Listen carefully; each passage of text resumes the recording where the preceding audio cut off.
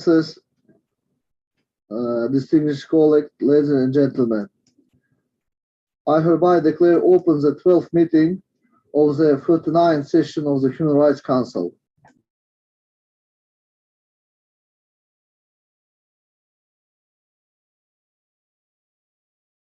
Of the Office of High Commissioner for Human Rights on the situation of human rights in Sri Lanka.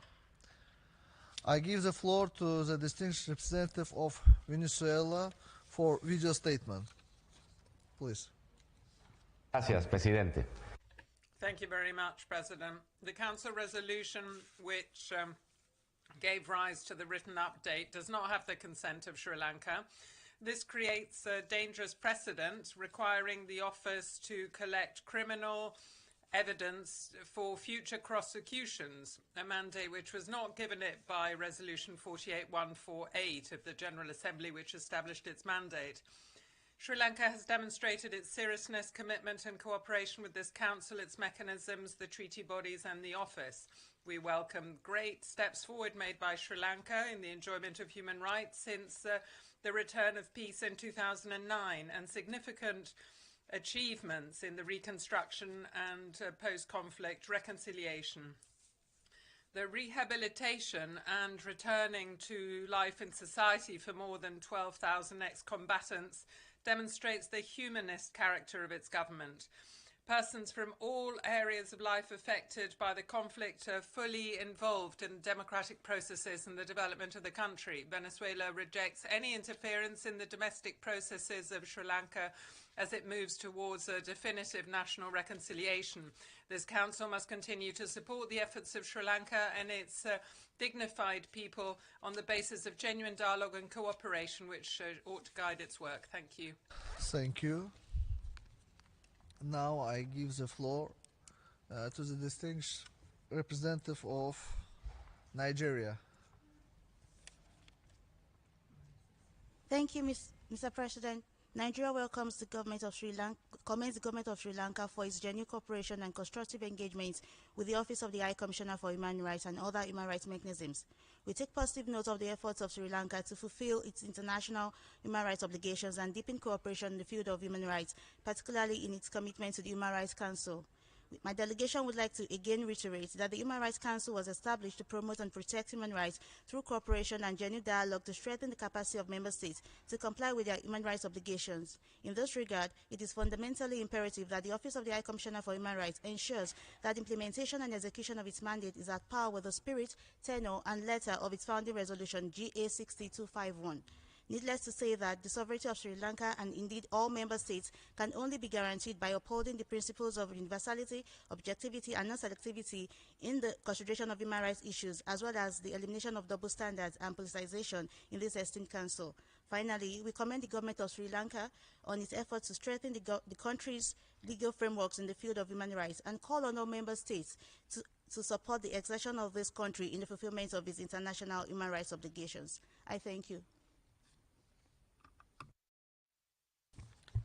I thank you.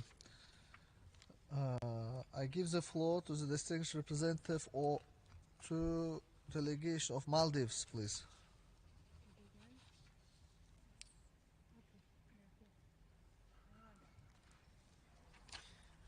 Thank you, Mr. President. The Maldives takes note of High Commissioner's report and her oral remarks. Sri Lanka is a very close friend and neighbor of the Maldives. We have always been supportive of Sri Lanka's efforts and progress in overcoming the challenges related to the development of the country. We believe that the country is well positioned to find solutions within its democratic processes. We appreciate the contribution provided by the international community to assist Sri Lanka to pursue its human rights agenda. We are confident that the government of Sri Lanka will continue to engage with the Office of the High Commissioner for Human Rights, the Human Rights Council, and its mechanisms in good faith and in accordance with their national priorities to realize the aspirations of Sri Lankan people. I thank you.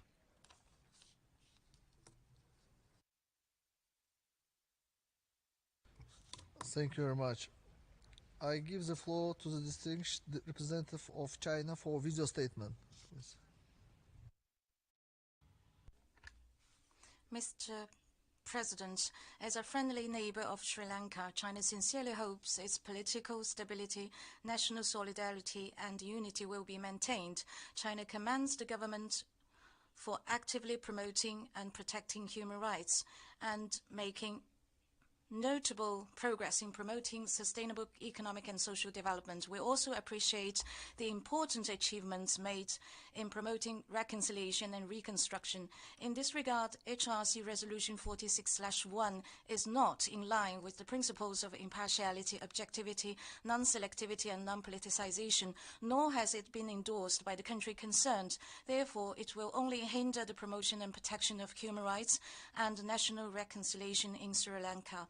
We call on relevant parties to respect Sri Lanka's sovereignty, political independence, and the path of human rights development of their own choice in light of their national conditions, to engage in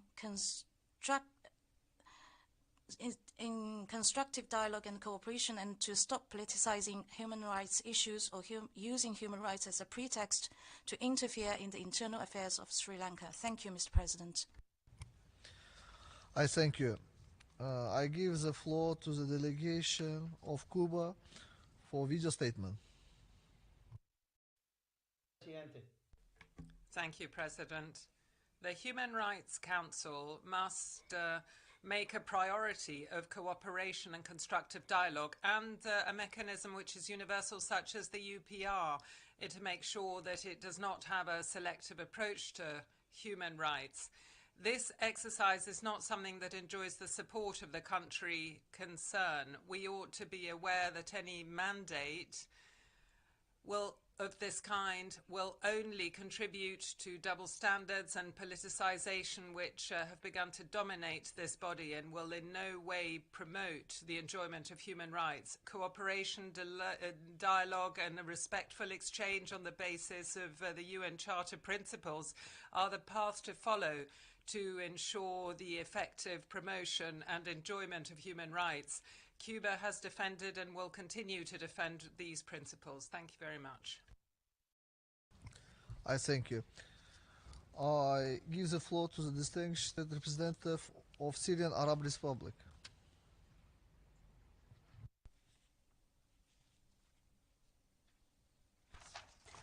Mr. Chair, my country would like to welcome the measures taken by Sri Lanka in order to promote human rights, such as establishing the National Unity and Reconciliation Office, which is working now on charting a long-term strategic plan in order to achieve recovery and building peace. We reiterate our position, which is opposed to resolutions targeting countries in a specific situation. We think that we consider that paragraph 6 of resolution 46/1 should focus on capacity building in Sri Lanka and not to turn the OHCHR into an investigative body under the pretext of gathering evidence. We reiterate the importance of the Human Rights Council to take any decisions based on objective evidence based on truth, namely the information submitted by the concerned country, in order to prevent further gaps and polarization inside the Human Rights Council. The Council should deal with human rights issues through a transparent dialogue with the legitimate government of Sri Lanka, while respecting its constitution, its legal framework, and to support its efforts to support its own citizens and to build peace. Thank you. I thank you. Now I give the floor to the distinguished representative of Japan for video statement. Thank you. Japan takes note of both High Commissioner's report and Sri Lanka's observations on it. Japan considers that further efforts are required to achieve national reconciliation and a better human rights situation in Sri Lanka. At the same time, Japan believes that to do so, it is vital that Sri Lanka takes voluntary actions and provide remedies. In this regard, Japan appreciates Sri Lanka initiatives, including the recent cabinet approval of amendments to the Prevention of Terrorism Act, which enable access to the lawyers and judicial appeal. Japan also values the Sri Lanka government's engagement with the civil society towards reconciliation with the minorities. Japan sincerely hopes that Sri Lanka will continue to make further efforts to improve its human rights situation and that the international community, including OHCHR, will encourage Sri Lanka to do so. Japan will also continue to support Sri Lanka's efforts to promote reconciliation and improve the human rights situation in the country, including through the construction of infrastructure, community development, demining activities, and judicial training. Thank you. Thank you. Now I invite the delegation of Ethiopia. Please, the floor is yours.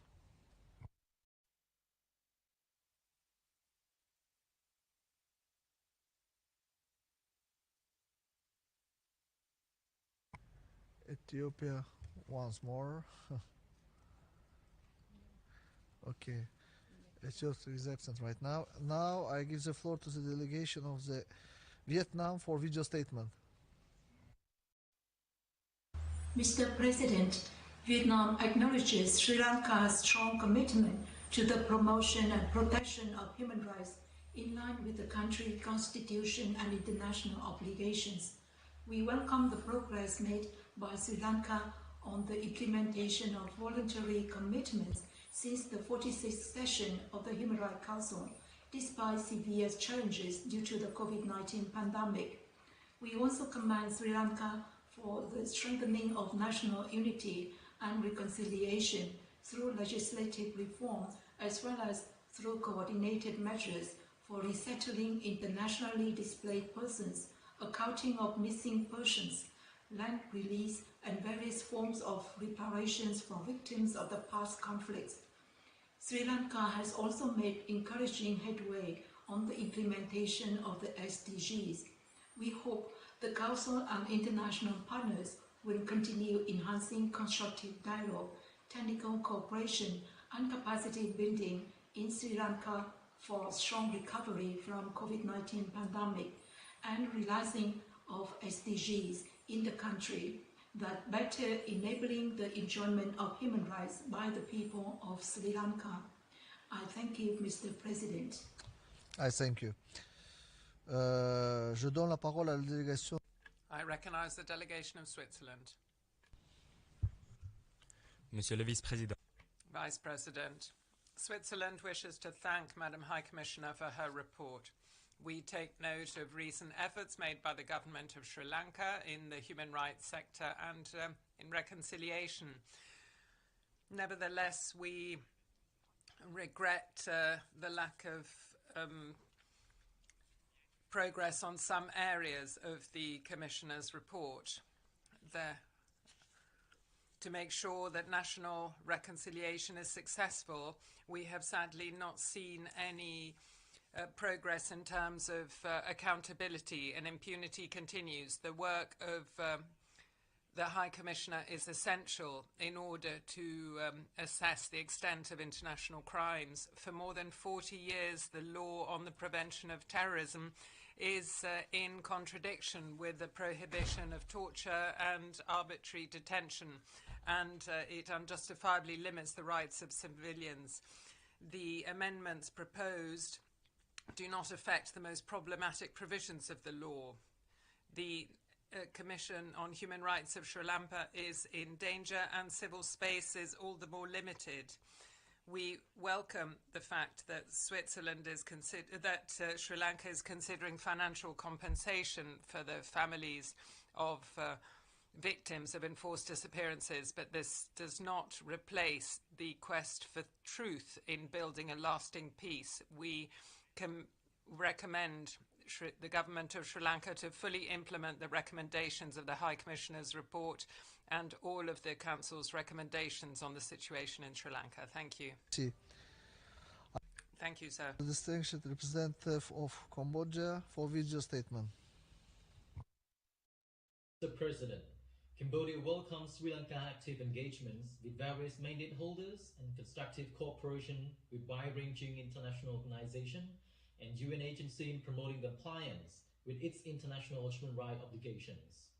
We commend the government continued efforts to enhance the socio-economic well-being of all its people in achieving the SDG by 2030, as well as reconciliation, including by offering support to families of missing persons through the Office of Missing Persons and the Office of Reparations. The High Commissioner report and this Council deliberation should acknowledge these positive attributes.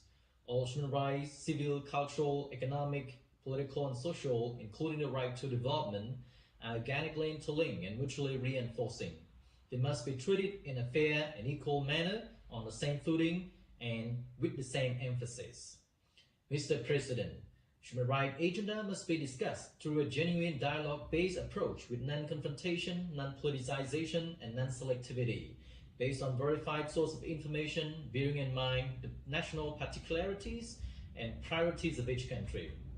The enduring strength of all human rights mechanism lies in even-handed approach with transparency, objectivity, and impartiality, as well as in full adherence to the principle of sovereign equality, territorial integrity, and non-interference, which are well enshrined in the UN Charter. Thank you. Thank you. I give the floor to the distinguished representative of Russian Federation, please.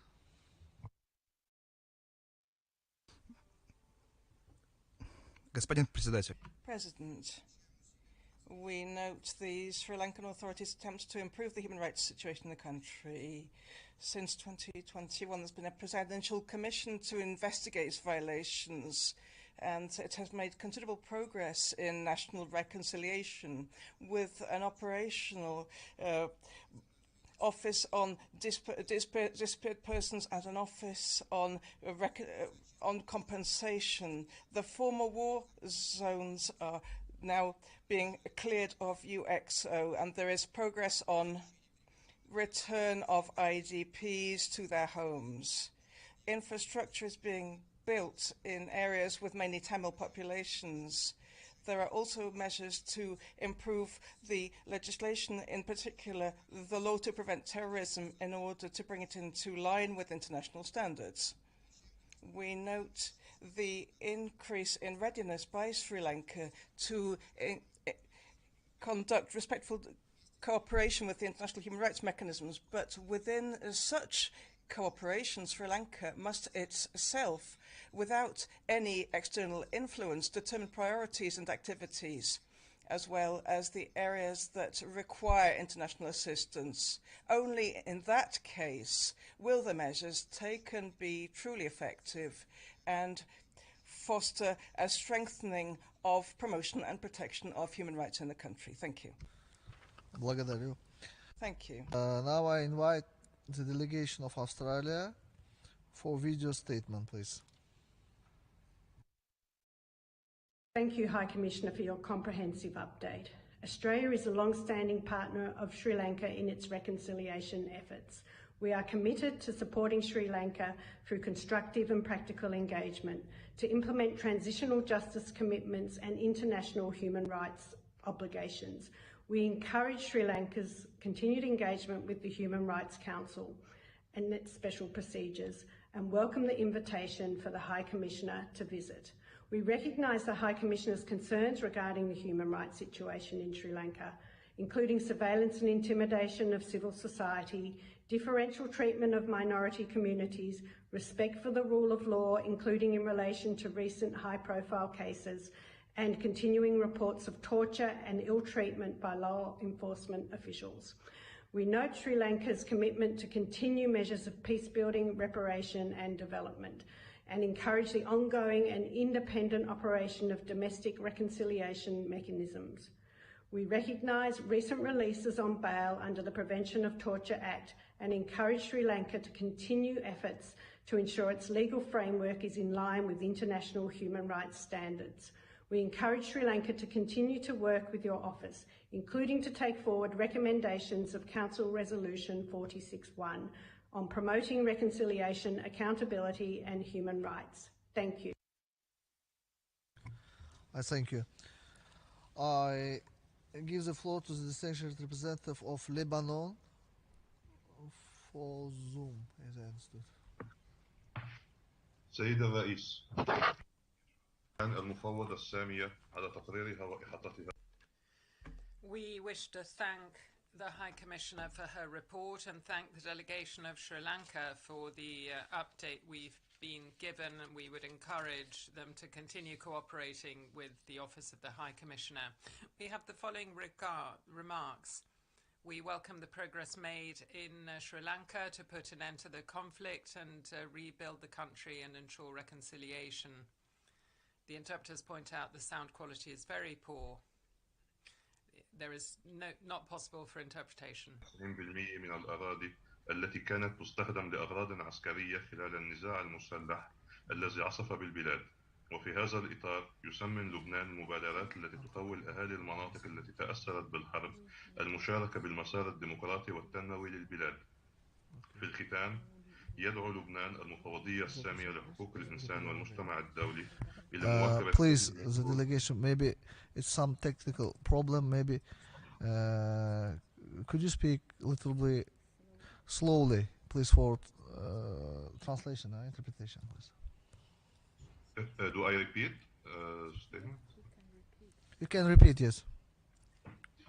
سيد الرئيس، يشكر لبنان المفوضة السامية. Lebanon wishes to thank Madam High Commissioner for her report and for the information which has been provided to the Council. We also wish to thank the delegation of Sri Lanka and would urge them to continue their cooperation with OHCHR. Lebanon welcomes the progress in Sri Lanka since the end of the conflict, and we welcome the reconciliation and reconstruction process and efforts made to return ex-combatants to society. Lebanon welcomes efforts to settle domestic disputes and to move ahead with legislative reform. We note the efforts made to help local communities that suffered so greatly in the conflict and assist them to play a full part in the rebuilding of the country. We would urge the international community to support efforts made by Sri Lanka with no selectivity and no double standards. And the interpreters point out the sound was still very poor. Issue of Uganda for statement by Zoom, please. Thank you, Mr. Vice President. My delegation would like to thank the High Commissioner for the report on human rights situation in Sri Lanka. Uganda recognizes that the progress has been made towards promoting reconciliation and accountability in line with Resolution 46.1 and welcomes the efforts of the government of Sri Lanka in that regard. The voluntary commitments that were made by the Honorable Minister of Foreign Affairs, Professor Perez, at the 48th HRC session demonstrate the government of Sri Lanka's commitment to the promotion and protection of human rights for her people. Mr. Vice President, we believe that the role of Human Rights Council mechanisms in the protection of human rights within states should remain supportive to the national processes which are designed to take into account the peculiar historical and social circumstances of concerned states. It's therefore important to ensure that such interventions are made with compliance with international human rights law and cooperation with the relevant authorities of the concerned states. We encourage the government of Sri Lanka to continue with its national efforts to protect the human rights of the people of Sri Lanka. I thank you, Mr. Vice President. I thank you. I give the floor to the distinguished representative of Belarus for video statement. Thank you. HRC Resolution 46.1 and the information provided by OHCHR are another deplorable example of how a particular group of Western states cynically manipulates the work of the Council and the Office. We're seeing how OHCHR is being turned into a controlled mechanism to implement political strategies of the West towards specific UN member states. These strategies are reinforced by the promotion in the HRC and with the support of OHCHR of the concept of accountability for human rights violations within universal jurisdiction for inter alia, justifying introducing unlawful Western sanctions against UN member states. OHCHR is being made to look like an externally controlled investigation. The information provided by OHCHR for this session on Sri Lanka and Belarus is a clear example of the implementation of this concept. In this connection, we stress that we do not believe a single word by OHCHR and call on it to return to its mandate as defined in UNGA Resolution 48/141 and strictly observe the principle of neutrality in its activities. We have to discuss the situation of Sri Lanka, and this should not be on the agenda of the Human Rights Council at all. We commend the government of Sri Lanka for its success in post-war reconstruction and reconciliation, and for further improving the standards of living of its people. We call on the Council to engage in mutually respectful dialogue with Sri Lanka and reject politically motivated decisions. Thank you. Thank you. I invite the delegation of Zimbabwe, please.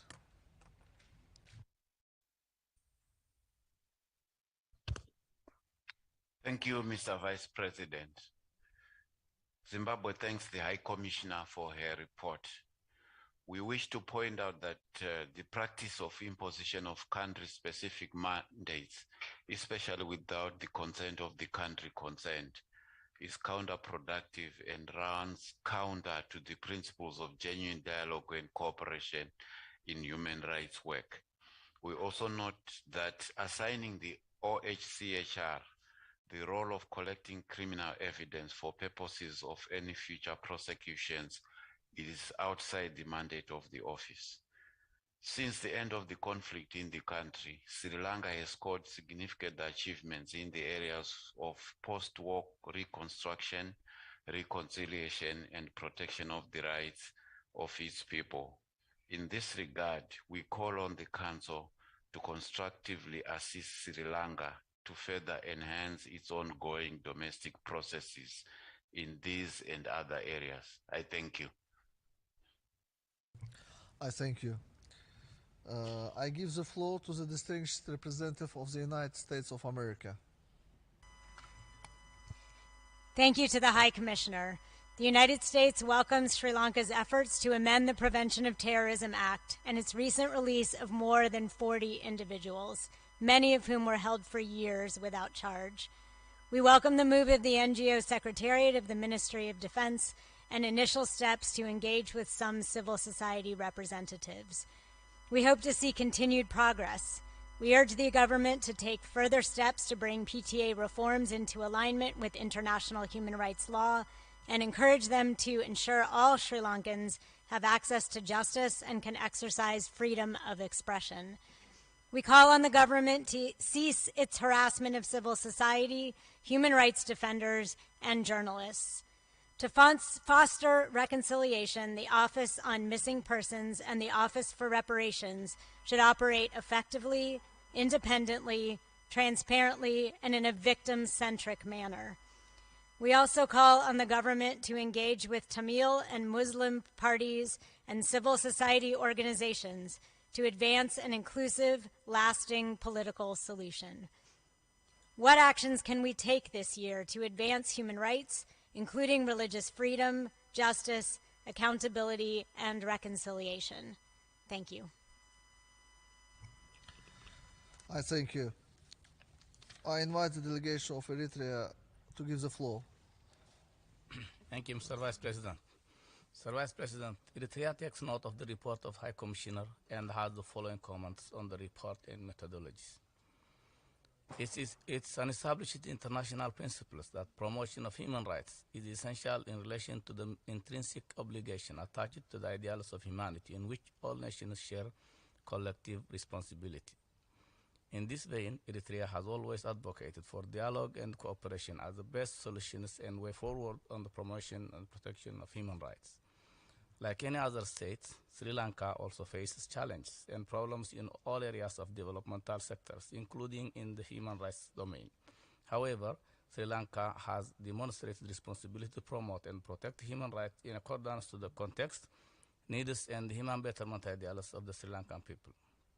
The resettlement and distribution of the vast majority of the land to the needy and the release of former combatants from prison are notable progresses that lay the groundwork for lasting and durable peace in Sri Lanka. Mr. Vice President, dignified engagements and cooperation predicted on mutual respect and understanding based on national priorities can deliver best. On its part, Sri Lanka has been engaged and cooperated through the UPR and also co-sponsored Resolution 40/1 to address its challenges. However, accountability can be best served by encouraging and building institutions of Sri Lanka and not by excluding them. Eritrea is on belief that its own experience that the targeting of any country through establishing a mandate without the consent of the concerned state is counterproductive both for the subject and the state. The UPR and other relevant mechanisms have proved much success as opposed to specific mechanisms. I thank you, Mr. Vice President. Thank you. Now I invite the delegation of North Macedonia to take the floor. President, we thank the High Commissioner for her update on the human rights situation in Sri Lanka. North Macedonia aligns itself with the statement of the United Kingdom on behalf of the core group. In our national capacity, I would like to add that we call upon the authorities to intensify their efforts towards promotion of reconciliation and protection of all human rights in Sri Lanka. Accountability is a key for reconciliation and lasting peace. Therefore, we reiterate the need for Sri Lanka to put in place a transparent process for prosecution of international crimes and serious human rights violation, as well as pursuing an effective transitional justice process. In this regard, undertaking an independent investigation for those responsible of enforced disappearances and providing comprehensive reparation to the families of the disappeared is of utmost importance.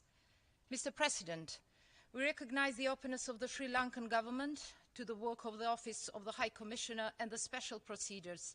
We encourage the authorities to continue to engage with the Office of the High Commissioner and with the UN Human Rights Council and its mechanism regarding Resolution 46/1 in a constructive manner. I thank you. I thank you. I give the floor to the distinguished representative of South Sudan.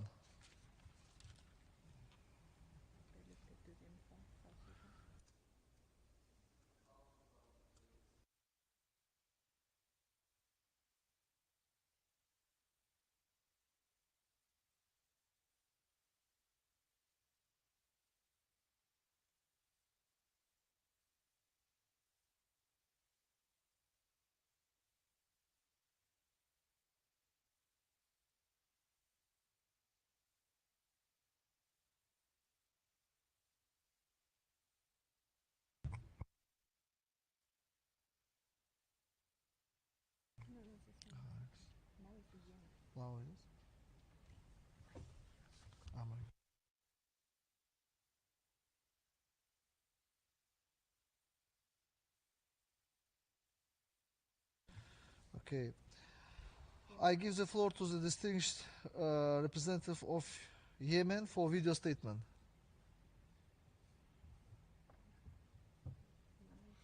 السيد الرئيس استمعنا إلى تقرير المفوضية السامية.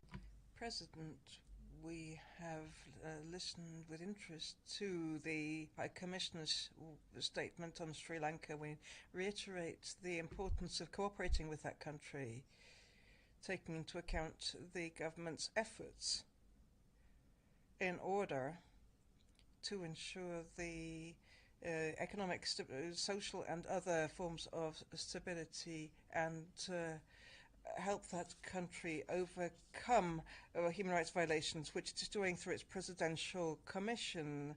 It is possible to provide support to the National Human Rights Commission so that it may carry out its task. we reiterate the importance of positive cooperation, and we welcome the cooperation provided by the government of Sri Lanka. This deserves to continue. Thank you. I thank you. I give the floor to the distinguished representative of Iran. Please. Thank you, Mr. Vice President.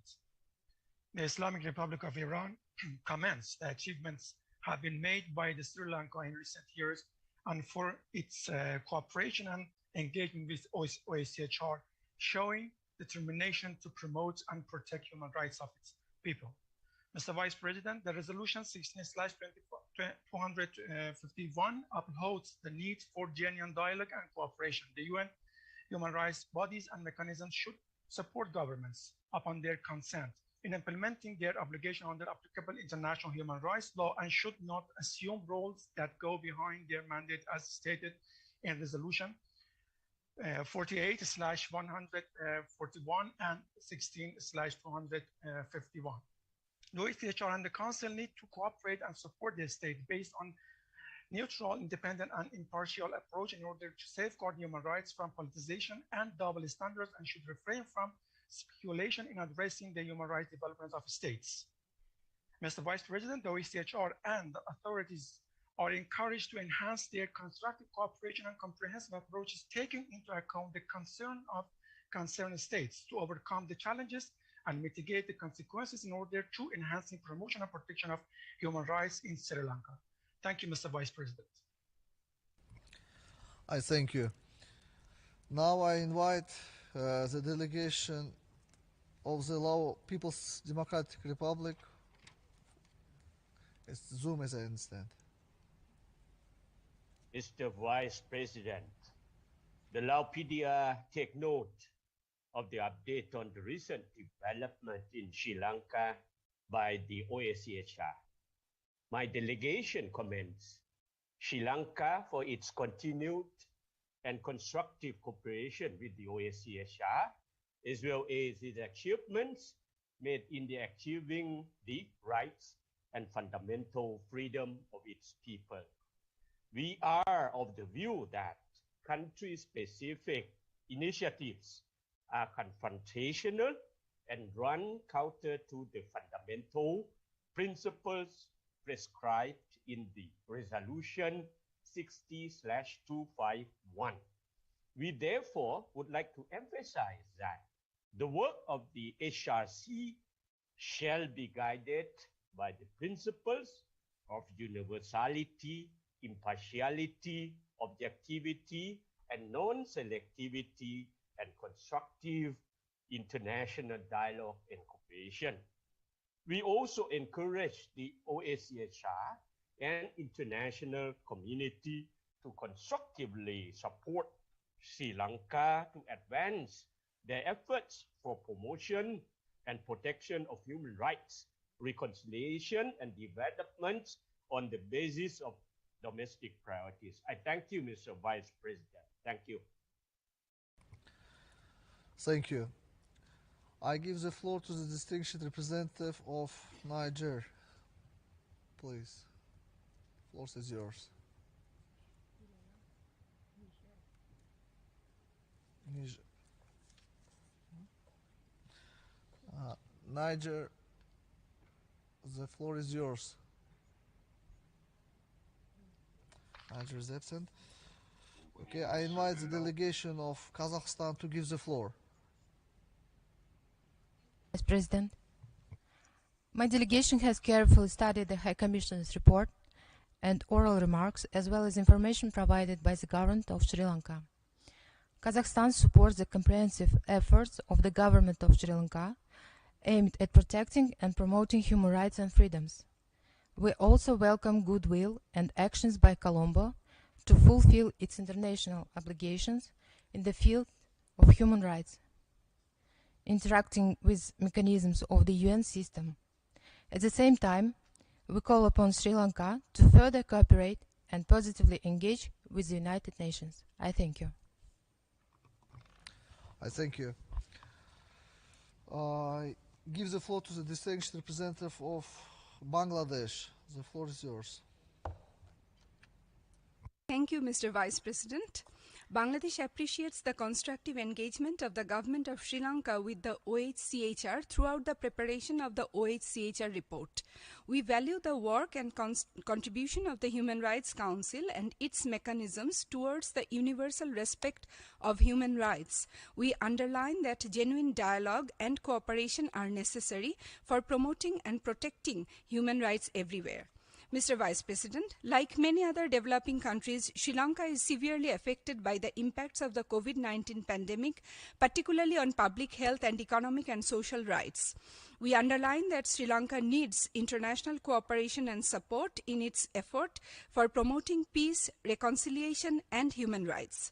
As a friendly country, Bangladesh wishes Sri Lanka every success in its efforts to achieve sustainable peace and reconciliation in the country while promoting and protecting human rights.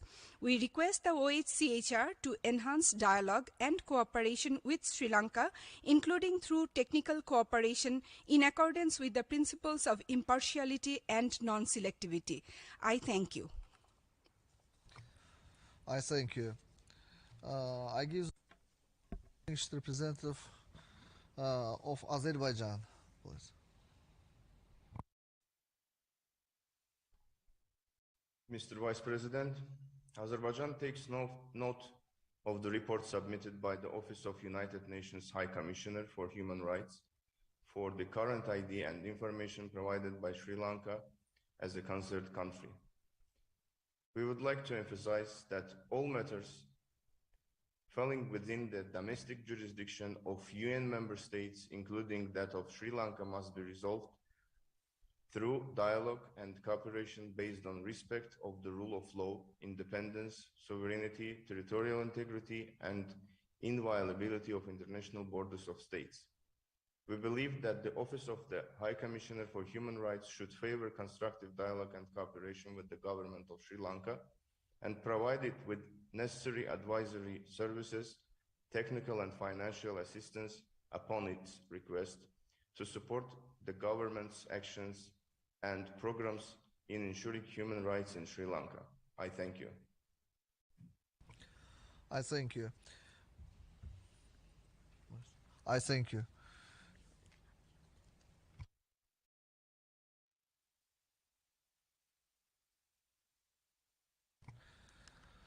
I would like to invite the delegation of Niger to give the floor by Zoom.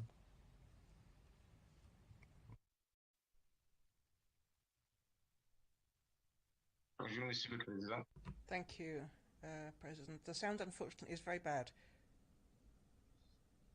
The speaker cannot be heard properly. My delegation thanks the High Commissioner for her report on the human rights situation in Sri Lanka and commends the Sri Lankan authorities' cooperation in drawing up the report.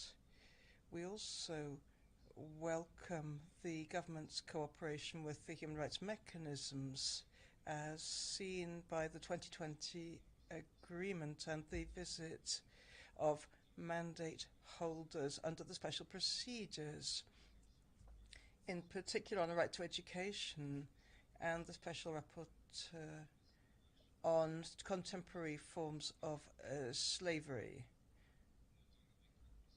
We note the progress made by Sri Lanka to promote and protect human rights, including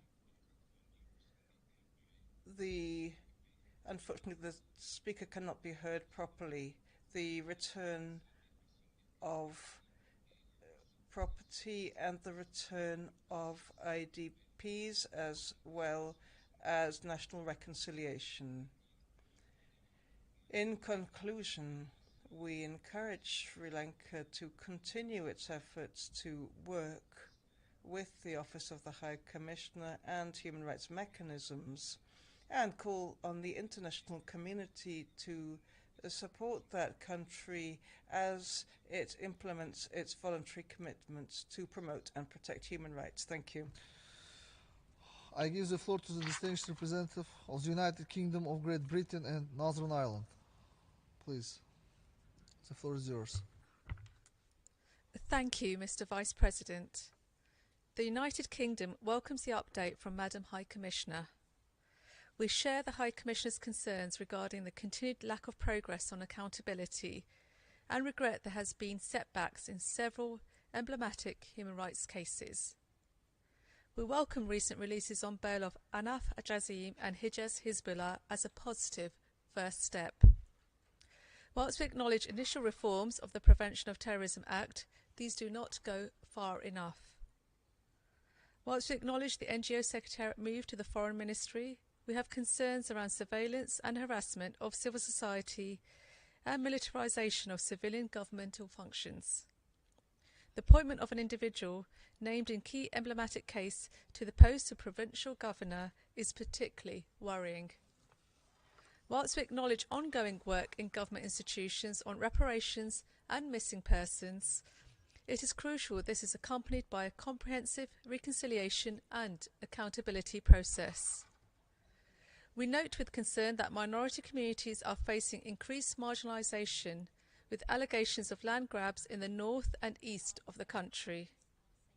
We call on the Government of Sri Lanka to engage constructively with the recommendations in Resolution 46/1 and to cooperate with your office.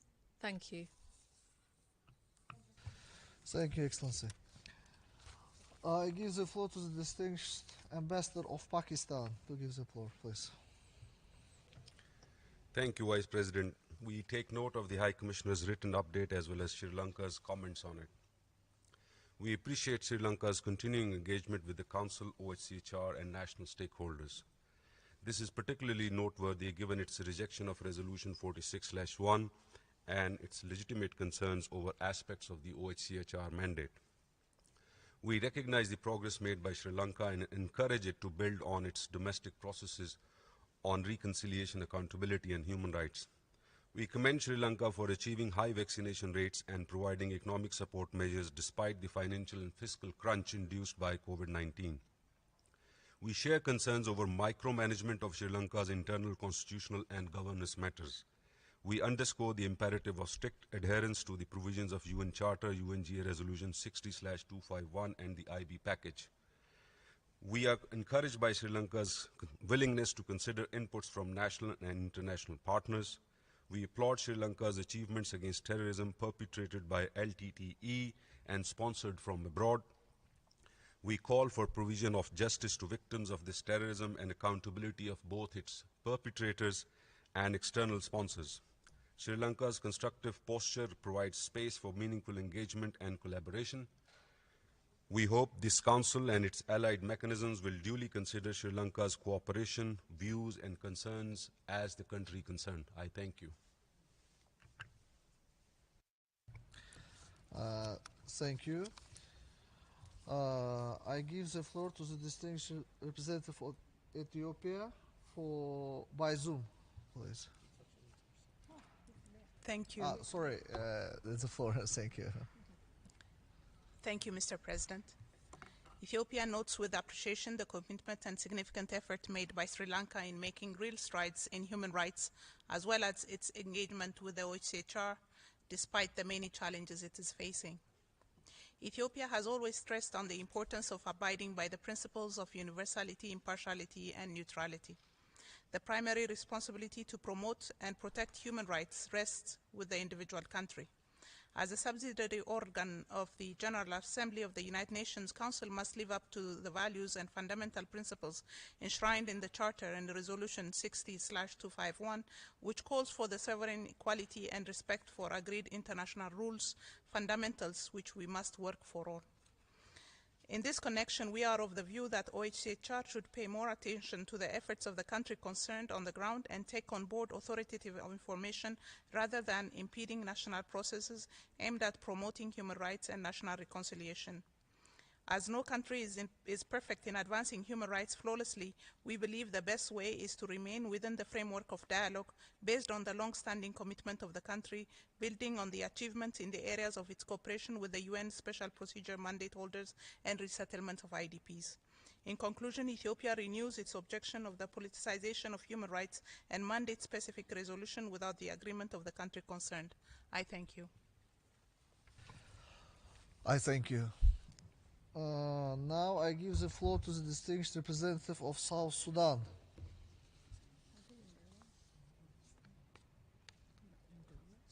In the room or by Zoom.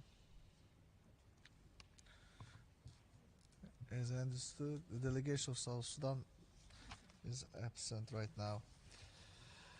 Okay, we shall now turn to the list of speakers for national human rights institutions and non-governmental organizations. I give the floor to the representative of Khiam Rehabilitation Center for Victims of Torture. Please, the floor is yours.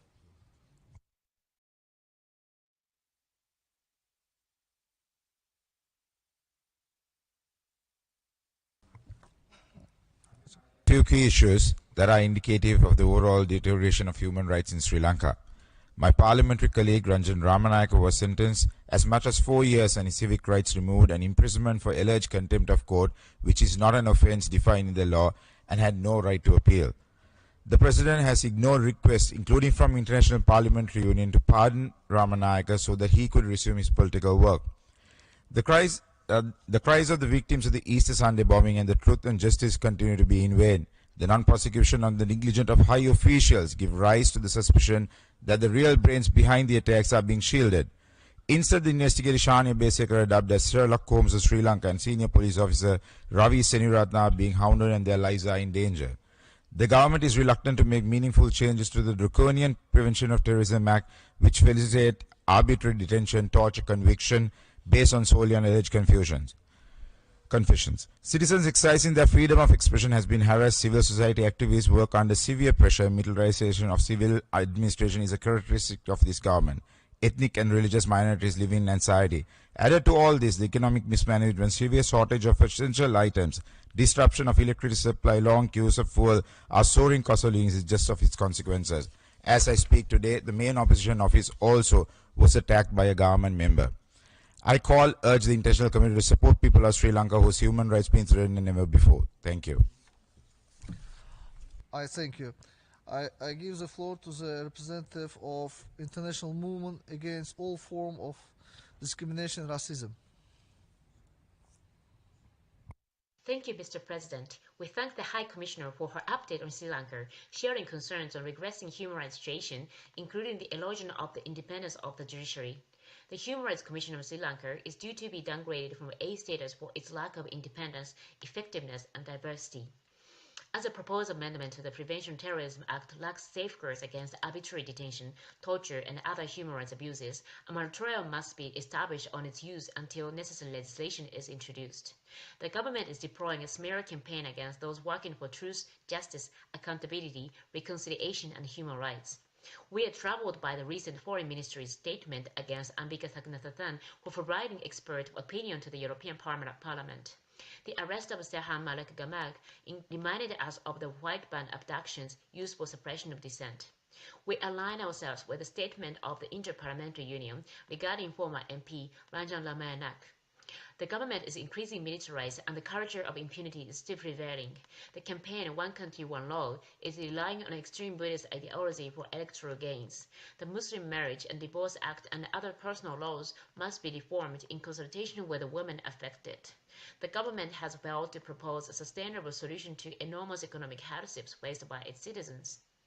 Madam High Commissioner, what can the international community do to address accountability and abuse of executive power, undermining democracy and the rule of law? Thank you. I thank you. I give the floor to the representative of Franciscan International. Your Excellency, dear ladies and gentlemen, the Easter Sunday suicide bomb attacks in Sri Lanka on 21st April 2019 claimed the lives of 269 persons, including 82 children and 47 foreign nationals belonging to 14 nations, and injured more than 500 others. The first impression of this massacre was that it was purely the work of a few Islamic extremists. However, subsequent investigations indicate that this massacre was part of a grand political plot. Despite our repeated requests and those of civil organizations pursuing the truth, the incumbent government of Sri Lanka has failed to mete out justice to the victims. Instead of uncovering the truth behind the attack and prosecuting those responsible, there are attempts to harass and intimidate those who clamor for justice.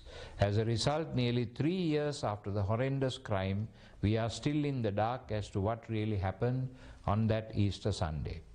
As this is a case of a serious violation of the fundamental rights of the aggrieved victims, we earnestly call upon the UNHRC and all its member countries to support the continuation of evidence gathering initiated by the Council last year and to devise a means to ensure an impartial investigation to unravel the truth behind the Easter Sunday massacre. Thank you.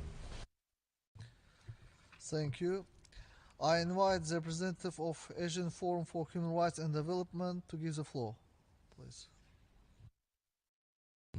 We welcome the High Commissioner's written update. We remain concerned at the human rights situation in Sri Lanka, which stands in stark contrast to the government's narrative of supposed improvements and reforms. Harassment, intimidation, and surveillance of human rights defenders, civil society victims, and their families continue to intensify. The Terrorism Investigation Division regularly targets NGOs and their staff in clear attempts to intimidate and silence them. Those campaigning for credible investigations and accountability for 2019 Easter attacks continue to face harassment. The proposed amendments to the Prevention of Terrorism Act, at the core of the government's narrative of purported reforms, are cosmetic and insufficient to address serious concerns with the law and its implementation. We call for an immediate moratorium on the use of the law. The appointment of a presidential task force to implement the concept of one country, one law is another blatant attempt at perpetuating discrimination against minorities for political gain.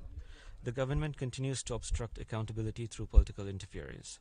The current economic crisis caused by the mismanagement of the economy and the COVID-19 pandemic has deepened the human rights crisis and widened the inequality gap. The Council must not be distracted by superficial gestures of reform and engagement aimed at warding off international criticism. In absence of tangible progress, the Council must be prepared to take further action to advance accountability, including by strengthening and supporting the OHCHR capacity to collect and preserve evidence. I thank you. I thank you.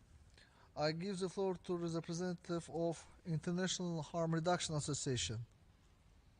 Please. Mr. President, we reiterate the broad range of serious human rights concerns in Sri Lanka highlighted by the High Commissioner, including ongoing militarization. In line with this trend, we reiterate our concern about the militarization of drug control and treatment in the country and its negative repercussions on human rights as well as individual and public health. A worrying pattern of deaths in custody of persons arrested for drug offenses in alleged shootouts with law enforcement or while assisting law enforcement operations have been documented. The lack of investigation into these custodial deaths entrenches impunity and the use of violence by state agencies. We highlight the existence of laws that contravene human rights standards, including by giving arbitrary powers to law enforcement and the judiciary to mandate people to drug rehabilitation. People detained in drug treatment centers, some of which are managed by the Sri Lanka Army, suffer physical and psychological violence, inhuman conditions of detention, and lack of evidence-based treatment. Mr. President, we urge the government of Sri Lanka to adopt a human rights and health-centered approach to drug policy, abide by a zero-tolerance policy on torture, investigate all deaths in custody, and ensure those found responsible are held accountable. We call upon the Office of the High Commissioner to conduct due diligence to ensure the engagement of all UN agencies on this issue is in accordance with human rights standards, and to call upon donors who support programs in country to do the same and abide by the do no harm principle. Thank you. Thank you. I invite the representative of International Commission of Jurists to give the floor. The ICJ welcomes the OHCHR's wide-ranging report. We appreciate its recognition of the heavy militarization of civilian functions, including the widespread appointment of senior military figures into positions of administrative authority and the need for independence of the Attorney General's Department. In the past year, the human rights situation in Sri Lanka has only deteriorated further. The government's refusal to ensure accountability for crimes under international law and the release of several high-ranking military personnel suspected of such crimes indicate continued systematic impunity.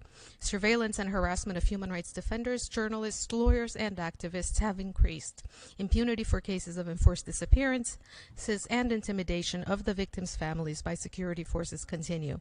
Extrajudicial killings by police have sharply risen, and Tamil and Muslim prisoners have been particularly vulnerable to ill treatment and torture in detention, in one instance committed by a state minister. Cases of arbitrary detention have increased, and the PTA, despite calls for its repeal, continues to be used. The government's refusal to repeal the PTA and the continued impunity for violations of international law are illustrative of its general unwillingness to engage in real accountability measures. Madam High Commissioner, what further steps can OHCHR take to press the government to fulfill its commitments to accountability? Thank you. I thank you. I give the floor to the representative of Vivat International.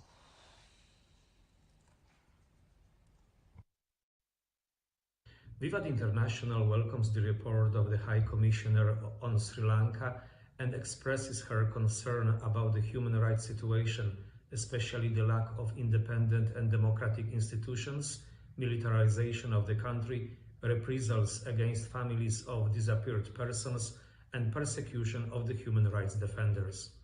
We draw special attention to the Easter Sunday attacks that took place in 2019 on several hotels and churches. This was the biggest post-war massacre that cost the lives of 269 persons, including 47 foreigners. 21 of the 22 volumes of the report of the Presidential Commission of Inquiry have not yet been made public, and the government has not taken all necessary steps to implement the significant recommendations that come from the only volume made public. We support the High Commissioner recommendations and urge all member states of the Human Rights Council to support the continuation of gathering of evidence of such crimes and abuses initiated by the Council last year, use universal jurisdiction for crimes committed in Sri Lanka, and establish an international independent tribunal for Sri Lanka, including the Easter Sunday attacks. Thank you. I thank you. I give the floor to the representative of World Evangelical Alliance. Please. President. The floor is yours.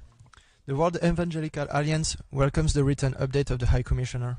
Violence against religious minorities continues in Sri Lanka with impunity. We call on the government of Sri Lanka to hold accountable those who commit violence against religious minorities. We also call on the government to repeal bans on full face covering and cattle slaughter. We also urge the government of Sri Lanka to desist from mandating any form of registration of places of worship and to rescind the 2008 circular on prior permission for construction and registration of places of worship. This circular is currently misused to intimidate members of religious minorities. Finally, we are gravely concerned by the lack of political will to achieve justice for the victims of the 2019 Easter Sunday bombings, which killed 270 people, including at the Evangelical Zion Church on the island of Batikaloa and at Catholic churches. We echo the call of the High Commissioner to the government of Sri Lanka to publish the findings of the Commission of Inquiry into the Easter Sunday bombings and to pursue further independent investigation. And we ask the High Commissioner what additional and immediate steps she recommends that the government of Sri Lanka takes to ensure that justice is served for the Easter bombing victims. Thank you. Thank you. I give the floor to the representative of Lawyers' Rights Watch Canada, please. Madam President, Lawyers' Rights Watch Canada appreciates the OHCHR's report on Sri Lanka. We note the concerns about the continued lack of accountability for past human rights violations in Sri Lanka, the alarming trends toward majoritarianism that undermine democratic institutions, and the pattern of intimidation and threats towards human rights defenders and victims. As noted in the report, the government of Sri Lanka has failed to establish any credible pathways for transitional justice towards accountability and reconciliation. The families of the disappeared have faced extensive harassment and surveillance by security agents in efforts to hinder their access to truth, justice, and reparations. We have previously raised concerns about the arrest and detention of Hejaz Hezbollah, a lawyer and vocal advocate for the Muslim minority in Sri Lanka. While recently ordered released by the court, Mr. Hezbollah spent close to 2 years arbitrarily detained without trial under Sri Lanka's draconian Prevention of Terrorism Act. This case is a clear example of the need to repeal the PTA. We reiterate our calls upon the Council to seek the referral of the situation of Sri Lanka to the International Criminal Court and urge member states to investigate and prosecute international crimes committed in Sri Lanka through domestic judicial proceedings utilizing the principles of universal jurisdiction. Thank you, Madam President.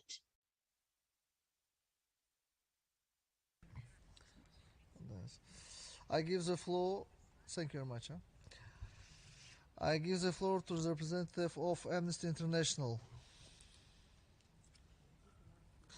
Mr. President, Amnesty International welcomes the OHCHR report highlighting the continued lack of accountability, the lack of recognition of victims' rights, and other trends that continue to impede reconciliation in Sri Lanka. Amnesty remains deeply concerned by the shrinking civic space and urges the government to halt reprisals against critics and perceived critics, including those advocating for justice for the tragic April 2019 bombings. Families of the disappeared continue to face obstacles and pushback from state agents while they demand their right to truth and justice, including through the state's pursuit of court orders attempting to restrict their freedom to protest. The state's alarming discrimination and targeting of the Muslim community continues unabated. Amnesty continues to call for an immediate moratorium on the use of the Prevention of Terrorism Act, which continues to be used to detain hundreds, particularly minorities, for prolonged periods without charge or trial. Repeated attempts to amend the Act have proved futile, including the latest iteration of amendments that fail to address critical gaps in the law to bring it in line with international law. While we welcome court decisions to grant bail to selected PTA detainees, hundreds more still languish in detention without access to bail. Sri Lankan authorities must ensure that all those still detained have access to fair bail hearings and must release those not yet charged with recognisable crimes under international law. Thank you, Mr. President. Thank you. I'm informed that the delegation of South Sudan now is here. If there is no objections, I would like to invite the representative of South Sudan to give the floor. If there is no objections. Thank you, Mr. President. Please, South Sudan. Updates by the OHCR on the human rights situation in Sri Lanka, and would like to thank the government of Sri Lanka for its continued cooperation with human rights mechanisms. It is necessary to point out that the needed construction dialogue in the area of promotion and protection of human rights must always be within the consent of the country concerned. Any attempt of such adversarial initiatives which are inconsistent with the founding documents of this Council will only and always create impediments to advancing human rights goals. By doing so, the OHCR should not assume roles beyond its mandates and stated resolutions as stated in Resolution 48-141. South Sudan commends the significant achievements made by Sri Lanka in the post-war reconstructions and reconciliation, guided by efforts of the opening up of the former conflict-affected areas to fully participate in democratic processes in the country, including creating conducive environment for the safe return and resettlement of the displaced persons. We welcome the progress achieved and call on Human Rights Council to cooperate with Sri Lanka at this juncture with the aim of promoting programs geared towards reconciliations and development in the country. Thank you. I thank you. This was the last speaker we could accommodate for this dialogue. Now I give the floor to Her Excellency Ms. Nada Al-Nashif, Deputy High Commissioner for Human Rights, for her concluding remarks. Please, Excellency, the floor is yours. Chair, thank you, ladies and gentlemen, delegates. I'd like to take a few of the queries that came up. Let me start with a question posed by Canada, the Netherlands, on behalf of Benelux, the United States, the NGO IMADR, and the International Commission of Jurists regarding the advancement of justice, accountability, and reconciliation in Sri Lanka. The High Commissioner believes that the first and most important thing is to actually continue this level of engagement by the Human Rights Council. To the extent that we see the government of Sri Lanka becoming more responsive and taking these initial steps, regular reporting and discussions like this in the Council constitute an important incentive for action. The Council has also elaborated very important recommendations and benchmarks over the years, and it is important that the monitoring and follow-up are maintained. With respect to accountability, because Sri Lankan domestic processes have repeatedly failed to deliver justice, the High Commissioner's reports have already elaborated a menu of options that can be pursued, including at the international level. These are not exclusive, they can be combined. Some accountability measures, judicial and other, are open to the use by member states within their own jurisdiction. We have already seen a number of cases in which Sri Lankan perpetrators from various sides have faced different forms of jurisdiction, including universal. Another option, of course, includes applying targeted individual sanctions to credibly alleged perpetrators of serious crimes. These should be considered for all parties responsible, both state and non-state actors. And there are examples of Sri Lankans being subject to travel bans. Some Sri Lankan personnel have also been excluded from UN peacekeeping through very strict vetting procedures. And while sanctions, even targeted, are important symbolically, they can also lead to a sense of justice for victims and their families. On reconciliation, let me say the international community can help to support civil society initiatives in particular aimed at reconciliation and peace building, also by providing practical benefits for victims of those violations, by prioritizing them, for example, in development programs, through small business loans, education scholarships, and so on. This is especially important for the families of the disappeared, many of whom are now female-headed households who are in a very precarious economic situation. The United States raised the issue of religious freedom. We are concerned about the intrusion of more extremist brands of religious and nationalist discourse in Sri Lanka. It's therefore really important to continue to support interfaith dialogue and initiatives among religious leaders and communities that promote, cement social cohesion and peace building with the aim of ending hate speech and intolerance. The one country, one law concept promoted by the government should not be at the expense of Sri Lanka's religious diversity and rich pluralist identity. The World Evangelical Alliance asked regarding justice being served for the Easter bombing victims. I note in particular the statement made by Catholic Cardinal Ranjith to the Council just a few minutes ago, highlighting the inadequacy of the investigations that have been carried out to date. While some people are now being prosecuted for their association with the attacks, victims have demanded that the government publish a full account of the circumstances that permitted those attacks, in particular the role of the security establishment. I note that additional evidence from the Presidential Commission of Inquiry into the attacks has now been shared with Parliament. Publishing the complete findings of the Commission of Inquiry into the bombings is essential to ensure transparency for victims and also to pursue further independent investigations into the involvement of any other state or non-state actors. The Philippines and Bangladesh inquired about the opportunities for collaborative technical cooperation between Sri Lanka and the UN in areas such as counterterrorism, civic space, and accountability. We have engaged with Sri Lanka for many years through the deployment of a senior human rights advisor and a local team who continue to provide technical support in many areas. under past resolutions of this Council, the Office has indeed supported many of the transitional justice mechanisms and national human rights institutions. Many also of the special procedures who have visited Sri Lanka have offered advice and recommendations or provided conduits to technical assistance. And this remains, of course, available, as well as advice to the government in implementing all the recommendations that come from our office and the human rights mechanisms, including on counterterrorism laws, civic space, and accountability to ensure compliance with international legal obligations. Vietnam had a question about support of the UN to the development approach and the SDGs.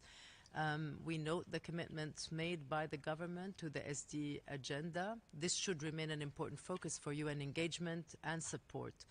I'd just like to note that the 2030 agenda also includes Sustainable Development Goal 16 on peace, justice, and strong institutions. Hence, our concern that the erosion of independent institutions, notably the obstruction of the judiciary, and continuing impunity for violations will therefore undermine the long-term proposed lasting effects, particularly the pursuit of peace and stability within the SDG framework.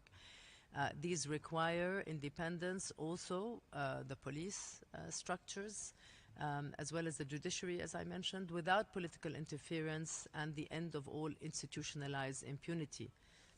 The 2030 agenda puts forward an inclusive vision in order to leave no one behind, where there is no place for rhetoric or hate speech towards minority communities. These are areas of common commitment for the entire UN, very much in partnership with the government. I think that was it. I will stop there. Thank you, Mr. Vice Chair. I thank you, Excellency. This is bringing us to the end of the interactive dialogue. I wish to thank the Deputy High Commissioner for her participation. We will now take a short technical break before the meeting on enhancing technical cooperation and capacity building in promoting and protecting the human rights of persons in vulnerable and marginalized situations in recovery efforts during and after the COVID-19 pandemic.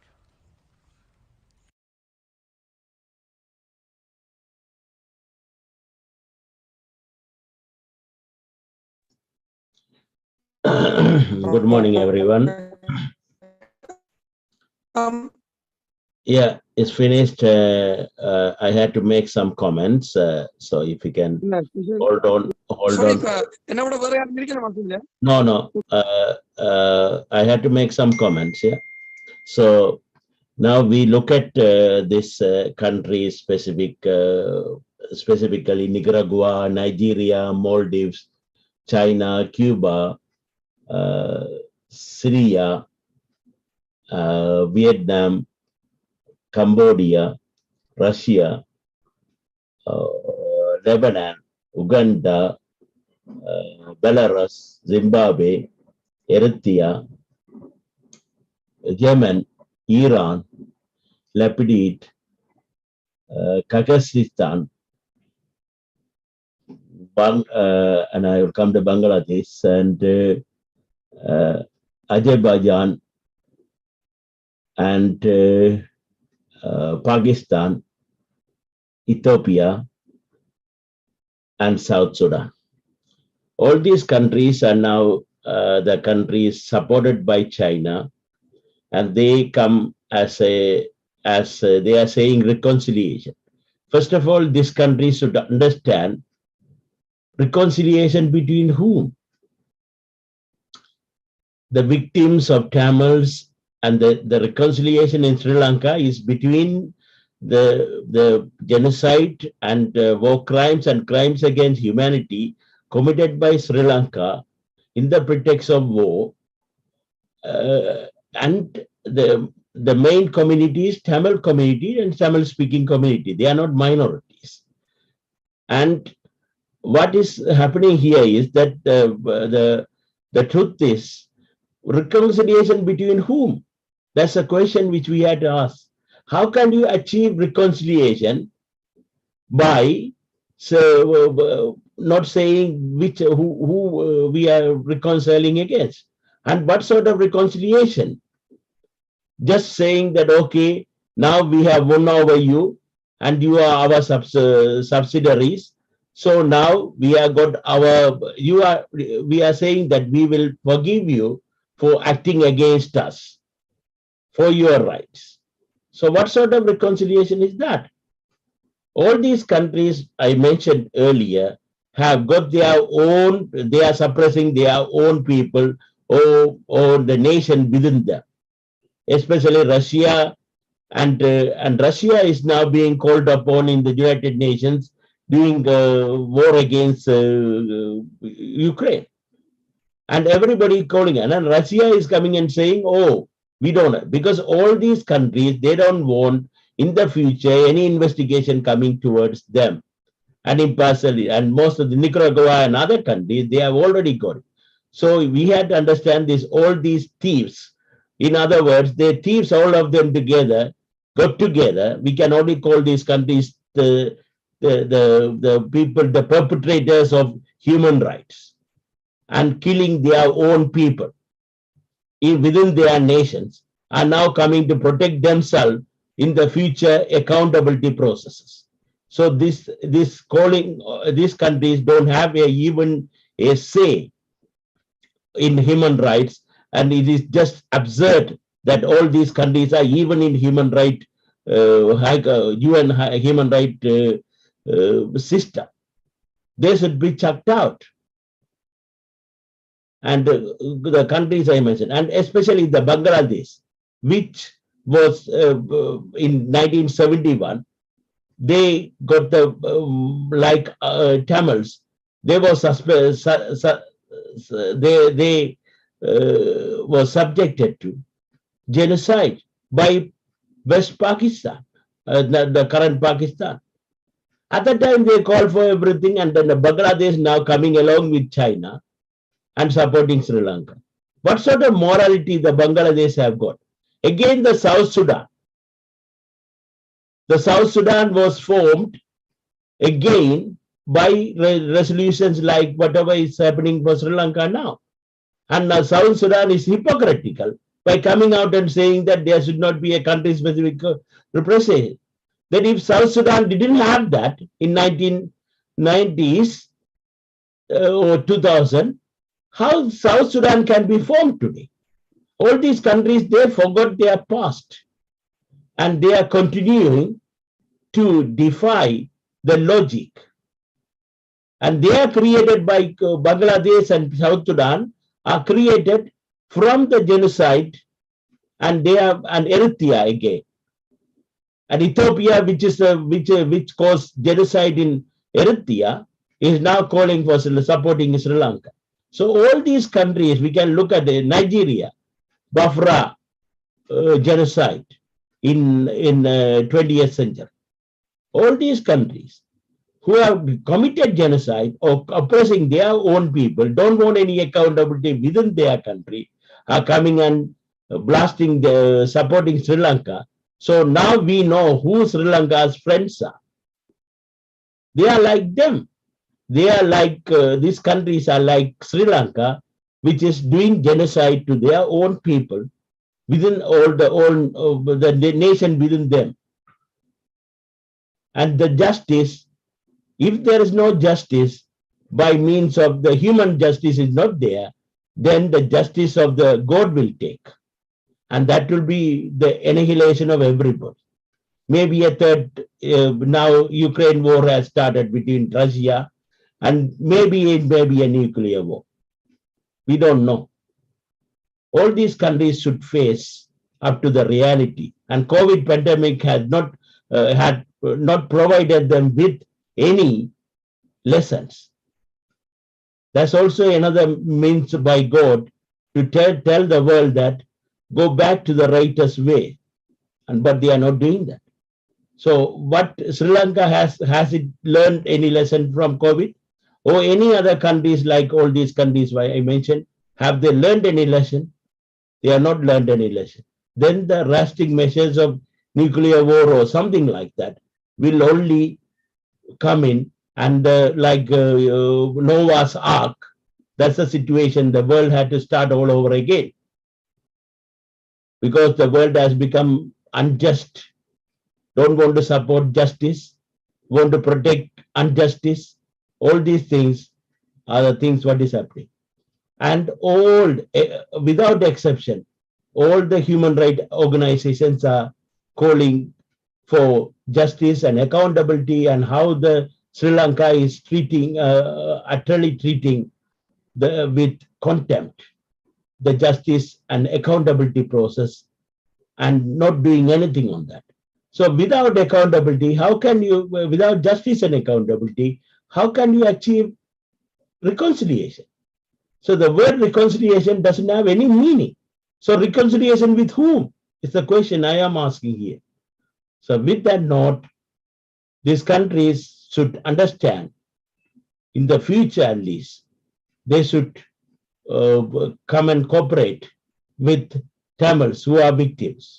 And they should understand our ploy, not listen to whatever Sri Lanka is making all falsehood for the last 12 years. Thank you. Muruganandam, you want to say something?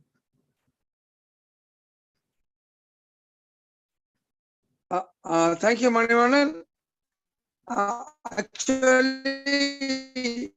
I am not clear about what is going on now. Whether Mr. Manivanan is addressing someone or Manivanan is making comment for his own. I am making comments on this this discussion, which no Tamils are Tamil because.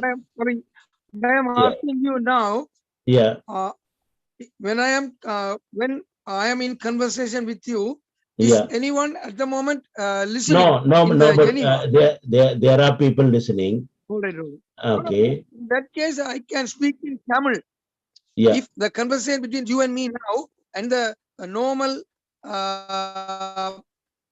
listeners of Tamilulam Vanoli, then I can speak in Tamil. That's what I am asking. Yeah, you can speak in Tamil. Yeah. Because that is more important. You know, vanakkam உங்களோட சத்தம் வந்து கொஞ்சம் சத்தம் வந்து கொஞ்சம் clear இல்லாம இருக்கு, நீங்க சொல்லுங்க. கொஞ்சம் பொறுப்பு. இப்போ எப்படி? ஓகே, இப்போ ஓகே. என்னுடைய ஒரே ஒரு கரிசனை என்னவென்றால், எனக்கு ஆங்கில புலமையும் குறைவு. அதை விட அவர்கள் அந்த பேசுகின்ற அந்த அக்சென்ட்ல என்னுடைய புரிதலும் மிக மிக குறைவாக இருந்தது. ஆனால் ஒரு விடயத்தை அவதானித்தேன்.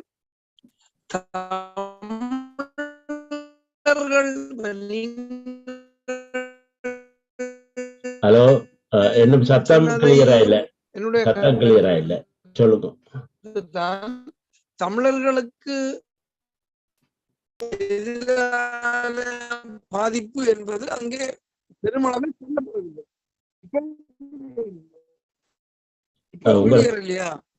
இப்போ கிளியர் இல்ல, கொஞ்சம் மூவ் பண்ணி நில்லுங்கன்னா. கிளியர் இல்லையா? இப்போ கிளியர் இல்லாம தான் இருக்குது, விட்டு இப்ப கிளியரா இருக்குது. ஓகே, இப்ப சொல்லுங்க. அதாவது என்னன்னா, தமிழ் மக்களுக்கு எதிரான ஒரு விடயமாகத்தான் இந்த ஜெனீவாவிலே என்னை போன்ற சாதாரண தமிழ் மக்களும் உலகளாவிய நிலையிலே ஏதோ ஒரு வகையிலே ஆர்வம் காட்டுகிறார்கள். உள்ளபடிக்கு இன்றைக்கு காலையிலே 9 மணிலிருந்து 11 மணி ஐபிசியிலே ஜெனீவாவில் உங்கள் பார்வை என்ன என்று கேட்கின்ற பொழுது, மன்னிக்க வேண்டும், இதை நான் இந்த வானொலியினூடாகவும் நேரம் கிடைத்தால் திரு சதீஷ் அவர்களுக்கும் சொல்லி இருக்கிறேன். இனிமேல் தான் நடக்க போகிறது ஒரு அறிவிப்பாளர் சொல்லுகின்ற அளவிற்கு ஐபிசியினுடைய அந்த செய்தி அறிவிப்பாளர் திரு கயல்விழி என்கின்ற அந்த இளம் நங்கை அவருக்கு இன்றைக்கு பிறந்த நாள், அவருக்கு அந்த வாழ்த்துக்களை சொல்லிக் கொள்ளலாம். நான் அந்த வானொலிக்கு போகவில்லை, ஏனென்றால் இதை கேட்பதற்காக. அவர்களுக்கு இன்றைக்கு இப்பொழுது நடந்து கொண்டிருக்க என்பது கூட தெரியாத அளவிற்கு ஐபிசியினுடைய அந்த நிலைமை இருக்கிறது என்பது ஒரு வகையான பரிதாபம். அடுத்தது அதை விட பெரிய பரிதாபம் என்னவென்றால், என்னுடைய மட்டுப்படுத்தப்பட்ட ஆங்கில அறிவிலே தமிழர்களுக்கான பிரச்சனை என்பதை விட மற்ற பிரச்சனைகளை கதைக்க கூடாது என்று சொல்லவில்லை. அதாவது ஏப்ரல் என்ன அந்த என்ன தினம் சொல்ற அந்த ஈஸ்டர் குண்டு வெடிப்பை பற்றியும் ரஞ்சன் ராமநாயக்காவுக்கு நடந்த விடயங்களை பற்றியும் பேசுகின்ற அளவிற்கு இந்த தமிழர்களுக்கான விடயம் என்பது அங்கே சுட்டப்படவில்லை. ஆகவே எனக்கு அது என்னை பொறுத்தவரை தனிப்பட்ட மனவருத்தம். அத்துடன் நீங்கள் சொன்னது போன்று இந்த பங்களாதேஷ், சவுத் சூடான் போன்ற நாடுகள் ஒரு ஒரு மனித உரிமை மீறலை வைத்துத்தான் அவர்களுக்கான ஒரு அந்த விடுதலைகள் கிடைத்த என்கின்ற வகையிலே அவர்கள் அந்த தார்மீகத்தின் அடிப்படையில் கூட ஈழத்தமிழருடைய அந்த மனித உரிமை மீறல்கள், அவர்களுக்கு மீதான யுத்த குற்றங்கள், இன அழிப்புகளுக்கான குரல் ஏன் வரவில்லை என்பது எனக்கு நிச்சயமாக விளங்கவில்லை. அதே நேரத்திலே ஜெனீவாவினுடைய அந்த நடைமுறையை பற்றின புரிதலும் எனக்கு மிகவும் குறைவாக இருக்கிறபடியால் கவலையும் குழப்பமும் தான் என்னளவிலே இருக்கிறது என்பதை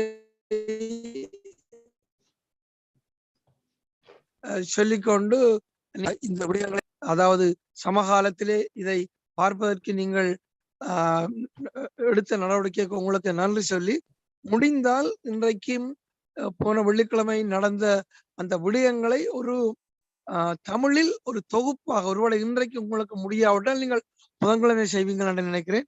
ஒரு அளவுக்கு இந்த எந்த நாடுகள் என்ன, ஒவ்வொரு நாடுகளும் என்ன சொன்னவை என்பதையும் சொல்லி உங்களுடைய ஒரு தமிழ் தேசிய வாதியாக உங்களுடைய நிலைப்பாடுகளை நீங்கள் பின்னால் வைக்கலாம். எனக்கு உள்ளபடிக்கு அந்த ஆங்கிலம், அவர்களுடைய ஆங்கிலம் எனக்கு புரியவில்லை. ஆனால் எனக்கு தெரிந்த மட்டுப்படுத்தப்பட்ட ஆங்கில அறிவிலே தமிழ் மக்களுக்கு மீதான ஒரு இன அழிப்பு, ஒரு அடக்குமுறை, மனித உரிமை மீறல், போர்க்குற்றங்கள் நடைபெற்றன என்பதை அவர்கள் எடுத்து சொன்னதாக தெரியவில்லை. ஏதோ இலங்கை அரசாங்கத்தை தடவி கொடுப்பதாகவும் பாராட்டுவதும் போன்றுதான் என்னுடைய சிற்றறிவுக்கு, அதாவது மட்டுப்படுத்தப்பட்ட ஆங்கில அறிவுக்கு புலனானபடியால் இதிலே கருத்து சொல்வதை விட இதனுடைய உண்மையா என்ன நடந்தது என்பதையும் உங்களுடைய இது தொடர்பான நிலைப்பாட்டையும் நிச்சயமாக நாங்கள் அடுத்த வருகின்ற புதன்கிழமை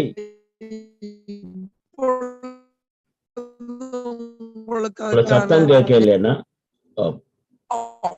நல்லது. அடுத்தது கொஞ்சம் ஒரு விடயத்தை நான் கேட்க விரும்புகிறேன். பெரிய தமிழ் பண்பு தான் பேசியிருக்காரு இலங்கை தமிழாக்களுக்கு. வேற என்ன பெயர் மறந்து போச்சு. இல்ல இலங்கை தமிழ் அமைப்புகள் எதுவுமே பேசவில்லை.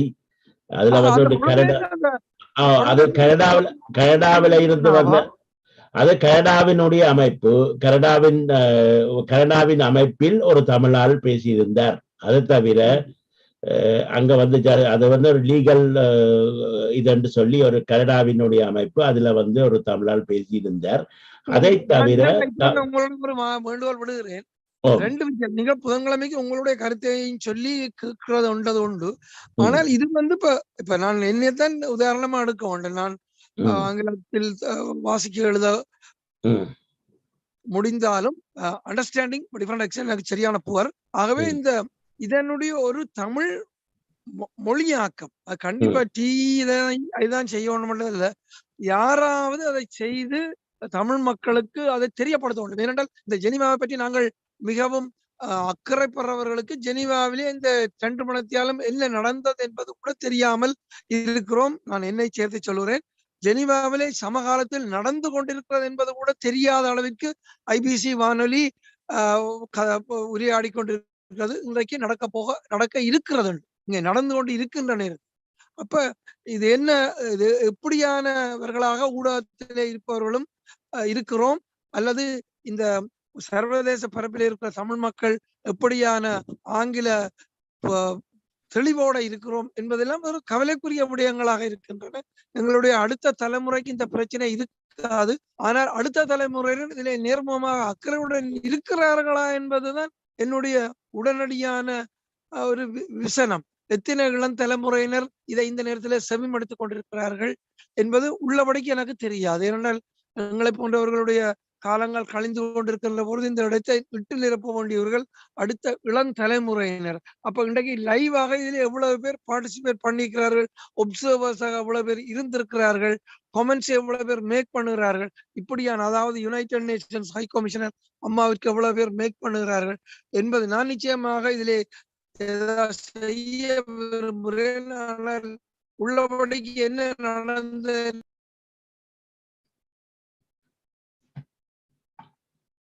உங்களோட மீட்டா போட்டது.